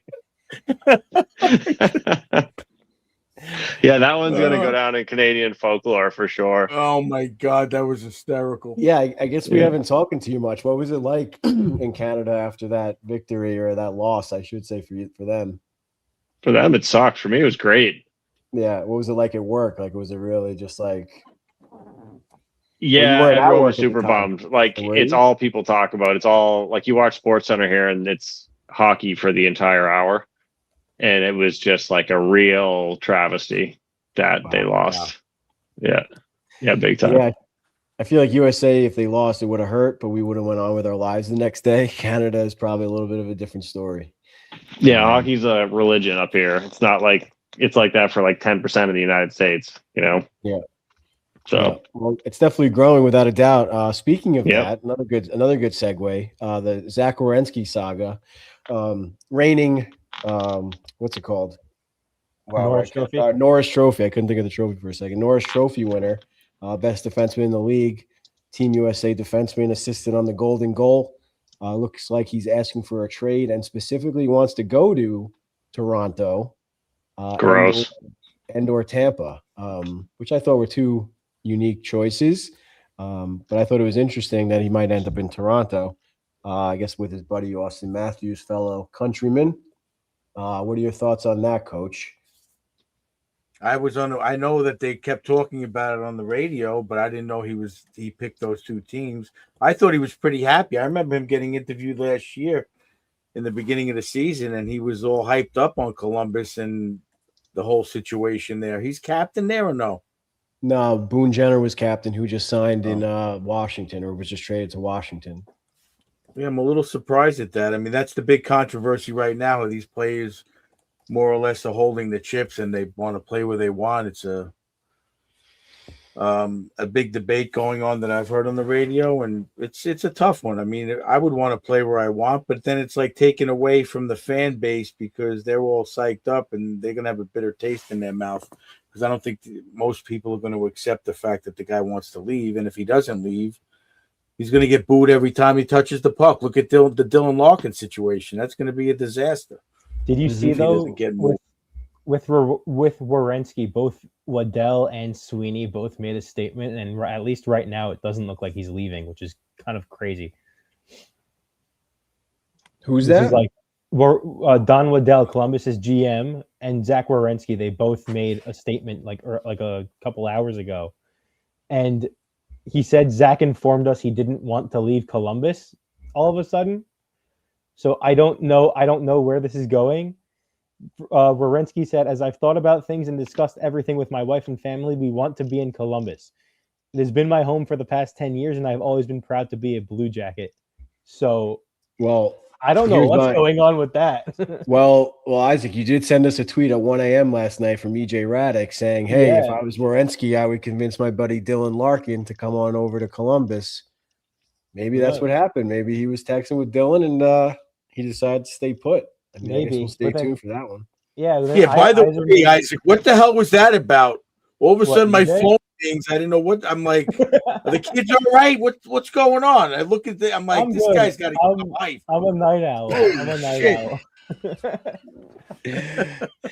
Coach, they're still young. They stay up late and they sleep late. All right, let them do their thing for now. Steve Yzerman yesterday essentially said, yeah, Larkin requested a trade, but he's got 5 years left on his contract. So just because he requested a trade doesn't mean we're going to trade him. That's essentially what he said. So we'll see what happens. Yeah, we're going to. He might just be saying that because he doesn't want to think he doesn't want the other GMs to think that they got leverage on him. It could be that too. Also, he's got to say the right thing for sure. I mean, we'll see. Again, I'm not going to put a grade on that until we see what happens. Oh, of course, you gotta be able to make sure you figure it out. But I do have a question with that. Does Trocheck getting traded today set any type of market for Larkin, or do you think Steve Yzerman is just going to go out there and try to see what he can get? Larkin, I mean, I guess on paper, Trocheck, I don't know about that. I mean, on paper, they're both second line centers. I think Larkin is obviously much younger, though, right? I think he has 27. A lot more term on his deal. I think he's got 5 years left on a pretty team-friendly deal. I love Trocheck, but Larkin's more dynamic player than Trocheck. I mean, in the right fit, the guy can play hockey. Yeah, I think Larkin was always going to get probably a higher return than Trocheck got, unless Larkin was like, I'm only going to one team no matter what, and then Yzerman would just be like, okay, I'll trade you there. So I don't know if it necessarily sets the market, but it might be like a minimum type of thing. But I don't really know, because also who knows if he's going to get traded. Like Trocheck, we kind of have known for the last couple months it was trending in that direction. I don't know what to think with Larkin, just because Yzerman was like, yeah, I just might not trade you. So who knows? Well, to me, I mean, that definitely is a weird locker room situation. And before we Yeah. signed on here, we saw on socials that it seems like the captaincy was stripped from Larkin. Oh, Um, really? Yeah, I mean, Wow. it was Puck Empire that posted that, which obviously we've been not too thrilled with him lately. But he did post like Detroit's like official like roster has like the A next to Maurice Sider's name, but it doesn't have the C next to Larkin's name anymore. So I mean, I don't I think that's fair. If you're going to come out and talk like that, I mean, I know amongst players, they probably all have the camaraderie where they say, look, you got to go for where you want. But I mean, that's got to create a bad taste in a lot of guys' mouths. I don't care what you're talking about. You know, there's going to be a handful of guys that are like, this is bullshit, that, you know, you're deserting us. How are you supposed to react to that as a player? I would think so too. But they were saying on Chicklets that they don't really care about that stuff. That players That's are just what I mean. like, But there's always going to be a few guys that are not going to, of course, I don't know. of course. I mean, yeah, I think it's a weird situation. Another weird Also- situation. Go ahead. I Sorry, was, Dom. I was gonna say before we continue, do you want to play the Bella commercial? Yeah, sure. We haven't taken a break yet. I mean, we're almost at the I didn't end of want the to. episode. Yeah, I didn't want to go too deep into it. We got to play it at the end. Yeah, for sure. Go ahead. Let's play it. Hey everybody, Coach Ed here. I'm over here in the shop at Bella Italia, Marble Granite and Quartz, picking up my order for a nice little bathroom I'm doing. I've been a contractor almost as long as I'm a hockey coach. So listen to me when I tell you, when you want the quality work and craftsmanship, I'm going to see the boys over at Bella. They serve all 5 boroughs, Westchester, Long Island, all the way out to Montauk. Whether you're a Ranger fan, Islander fan, Devils fan, they're going to take care of you no matter what. Make sure you give them a call, 516-561-1018.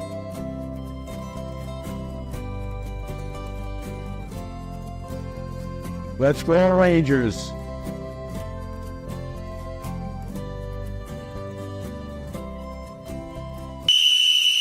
All right, boys, bring it in.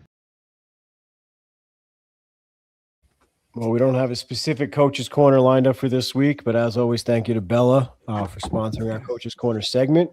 Gotta make that commercial Providing longer.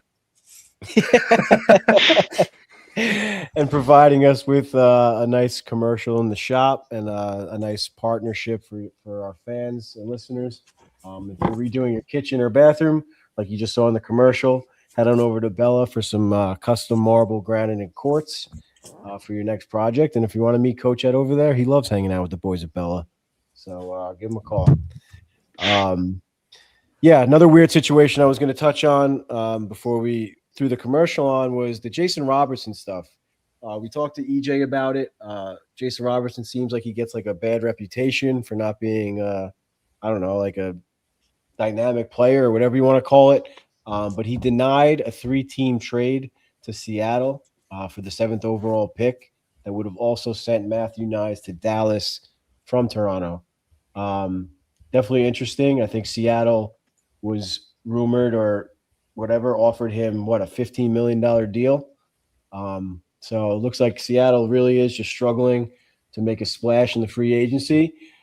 They tried to sign Panarin to a similar deal as well. But yeah, Seattle, once they find that one player that's willing to take the chance on them, I think they'll try to attract more talent. But for now, it's not going to happen. Didn't Jason Robertson I can't deny another one too? If I'm Robertson, I don't want to go to Seattle. I'm sorry. 15 mil? Someone else will give it to him. I don't know. We'll see. Doesn't really seem like that's happening. It's a lot of money. Didn't he deny another trade or another? I think the Blues, because they had their 4 firsts at the draft, so they were going to offer something for him. But then Robertson told Dallas, "No, I don't want to play in St. Louis." Yeah, there's no rumored teams like it seems like there everyone else is. Like there's nothing like that's saying what his destination would be. A lot of people are saying Detroit because that's where he grew up playing hockey for Little Caesars like junior team or whatever. I guess he was born in California, but his family moved to Michigan solely for him to play hockey, or for him and his brother Nick to play hockey. So that's always a rumor. But yeah, if they get rid of Larkin, they're probably kind of like moving into like rebuild territory. So that would be interesting. They might just go to arbitration, honestly, because Weird. our arbitration deal is only 1 year. Can they be like 2? I don't remember exactly how I think it it's works. only 1 year. Because so then, if they go to arbitration, then wouldn't that take him to unrestricted free agency? Your guess is as good as mine, Isaac. You know I more think- about this stuff than we do. I think it might, but also, I wonder if they go to arbitration on a 1-year deal, then I think Tyler Sagan's contract is up after next year, so that might just open up more money for them to sign him long term again. I To don't me, know. it seems like that relationship is kind of shot at this Deteriorate, point. yeah. It's a weird, similar to Larkin and stuff. Mhm. Or I guess Werenski decided to stay, but yeah, I mean, once you put it out there, it's got to be hard to go back. Mikey, what are your thoughts on Robertson in general? Like I said, he kind of gets a bad reputation. Yeah, honestly, I don't know. I don't know enough about it to really have a qualified opinion. Like, you just get it from so many different sources, and it's very often these situations are blown way out of proportion relative to the impact that they're actually having in the locker room and to their team. So yes, I agree that it can be a distraction, and it's definitely something difficult to come back from if what is being reported is actually the case. Like, if the players know he requested a trade, but that could just be some reporter talking, that could be something blown out of proportion. So until you actually know, get reporters in the locker room and get the feel for what's happening with the players directly, it's really hard to put judgment on that whole situation. Do you have an opinion or thoughts on where you might think he might end up? I mean, that's tough to say. If he denied, I can see denying trades to Seattle and St. Louis, definitely. Boy, he's a player that you look at a team like Tampa and say they'll do something to pull that off. Like, a guy like Hedman's been hurt the last couple of years, and they've still outperformed relative to what you think they would have done without him. So I think, like, that's a piece that's a big salary on their books that they'd likely be willing to part with. So, like, a team like that, I could see, making a play for Robertson. Yeah. Tampa's going to be an interesting scenario this year. They lost Paul. They lost Radish. Hedman's a question mark. They lost a few pieces there. But Hedman really didn't play last year, and Radish just played Hedman's position. So they're basically just losing Hedman if he's a question mark this year. Yeah. What does that mean? They're losing Radish too, then. They don't have someone to pick up for Hedman then. That's what I'm saying. They're really, like, Hedman didn't play last year, and Radish took over Hedman's role in the lineup. He played first power play, first pair. Yeah. And so if Hedman doesn't pan that, out, but what I'm saying is they lost Radish, and if Hedman doesn't come back, they don't have any Hedman. Yeah. Okay. And they lost Paul, was a key center. He was a face-off guy. They lost a few guys. Yeah, no, I mean, that's why I thought that once I saw that Werenski, or rumors were Werenski to Tampa, I thought that was kind of like a done deal. I was like, they got to replace Hedman. They got to now replace Radish. There's no way they're not going to try to take a swing at Werenski. But, yeah, I don't know. It's weird. And is there any buzz on what's going on with Hedman? I haven't heard. I haven't seen anything since his nothing. His letter to the fans or whatever after the playoffs. So yeah, Tampa's oddly quiet in the free agency or in the offseason so far. You always look to see them making a big splash or at least trying to. Yet they'll be right there battling for the top seed in the playoff. Yeah, somehow. Florida, obviously. I don't even think we should talk about Florida. They're just loading up left and right. They seem to have fixed their goaltending situation, going after Akira Schmid and Jacob Markstrom. So they're confident there. And they obviously have enough firepower up front where their goaltending isn't really even a factor in some cases. So we'll see how that shakes out. Radko Gudas too signed 6 years, 1.5 per. Yeah. Which he's not making it to the end of that contract. He might play 2 or 3 more years, if that.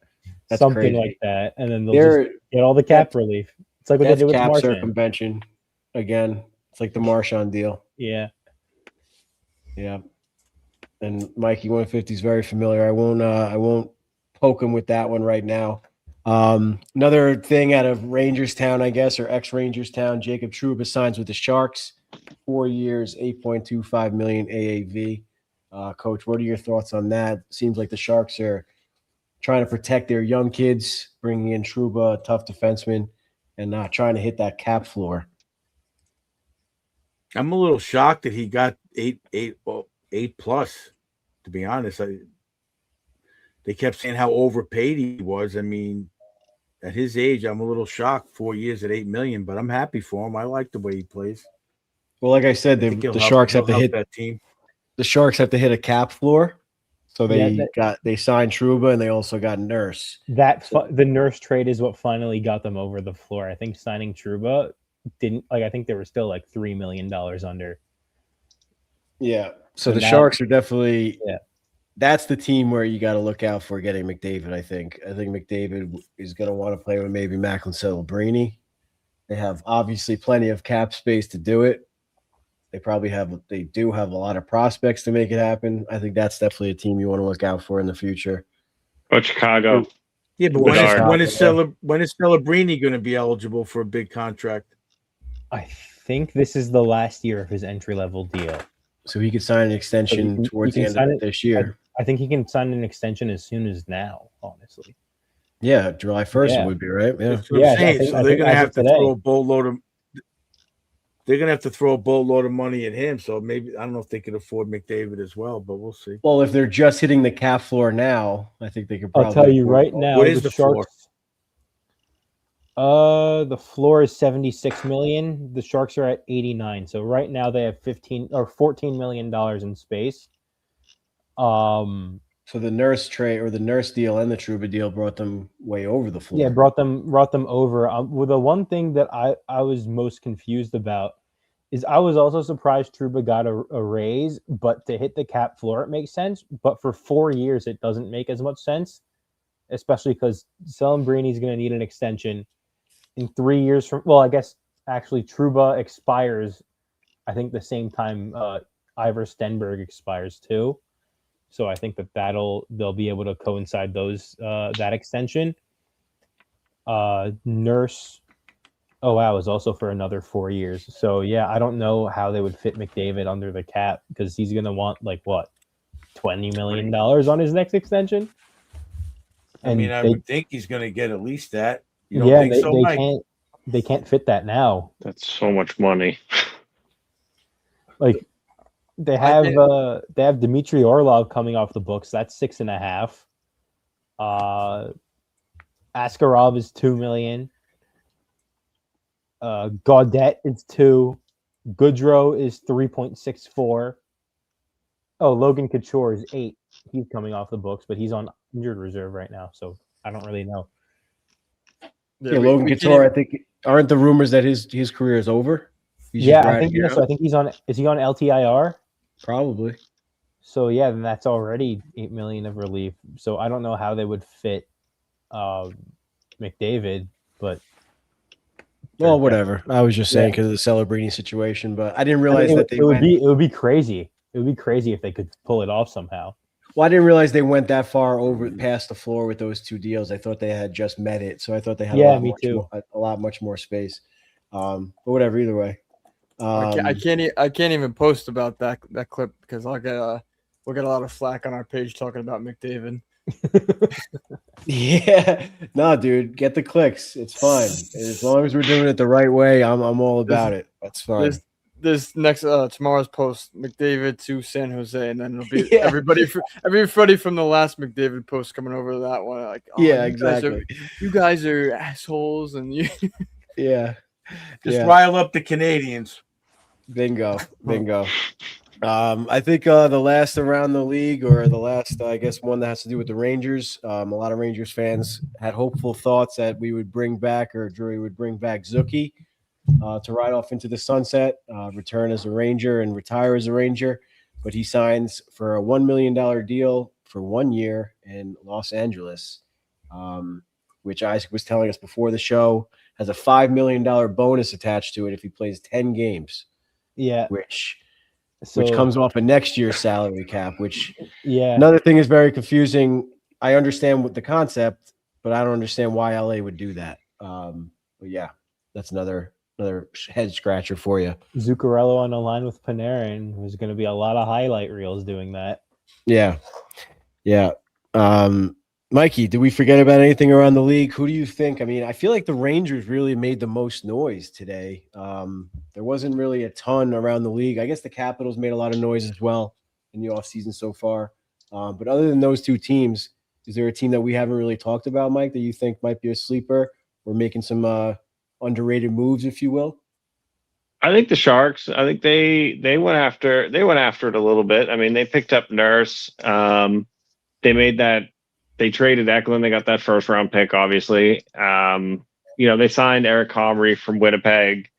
They signed Trouba. They signed Mason Marchment. They got, Michael Kesselring was a good pickup from Utah.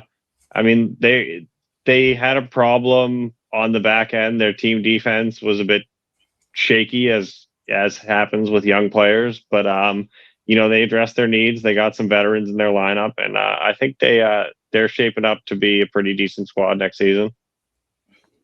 Yeah, I mean they just missed the playoffs last year, and Celebrini pretty much carried them. So if they're able to add a few pieces to help him out, that's only looking up. Yeah, if anything, they have one of the best uniforms in the NHL. I love their teal jerseys, their black jerseys, their white jerseys are nice too. Love the Sharks jerseys. They did the right thing by bringing back or changing up that ugly logo a little bit and bringing kind of the old school logo or the old school colors back a little bit. But yeah, they're always a team to look out for. And also the McDavid situation made me think like, all right, Gretzky left the Oilers to go to LA. Maybe McDavid leaves to go to San Jose. They got the California connection, growing the Western game. But other than that, yeah, Sharks, I guess, are kind of like the Rangers of the West Coast also. You got the Anaheim and now the Sharks with some ex-Rangers. And Chris Drury and Mike Greer are always in discussions. But yeah, a lot of drama around the league. A lot of information on tonight's episode. Hopefully we eased a lot of Rangers fans' nerves and gave you guys some good information on some of these prospects and these draft picks and trades and contracts and analytics and what else. We brought you a lot of different stuff this episode. So great job, boys. Fans, thank you so much for sticking with us. Nick just threw it up on the screen again. Follow all of our socials. Instagram, X, TikTok, and of course, subscribe to our YouTube channel. And like I said before, Mikey 150 joined us with this episode. He'll be back this season with our Fantasy 150 updates, giving you guys some sleeper picks and some waiver wire pickups and some tips and tricks to win your fantasy league. So looking forward to that and having him back as a third chair in the rotation and bringing his NHL around the league expertise as we focus on the Rangers. So good job, boys. Thanks for joining us, Mikey. And thank you, Mike. Thanks for having me, guys. For sure. Anytime. Great job, Isaac, with the analytics. Great job, Dom, as always, with the clips, especially that McDavid and EJ one. Keep getting us those views and clicks and comments. And Nick, same to you, buddy. Great job on the outline tonight, the graphics for the episode, and the graphics on Instagram. You guys are all killing it. I'm really looking forward to the Rangers season this year, on and off the ice with the Rangers Ed podcast. So, as always, let's go Rangers. I love you guys, and let's go Rangers. Let's go Rangers Ed.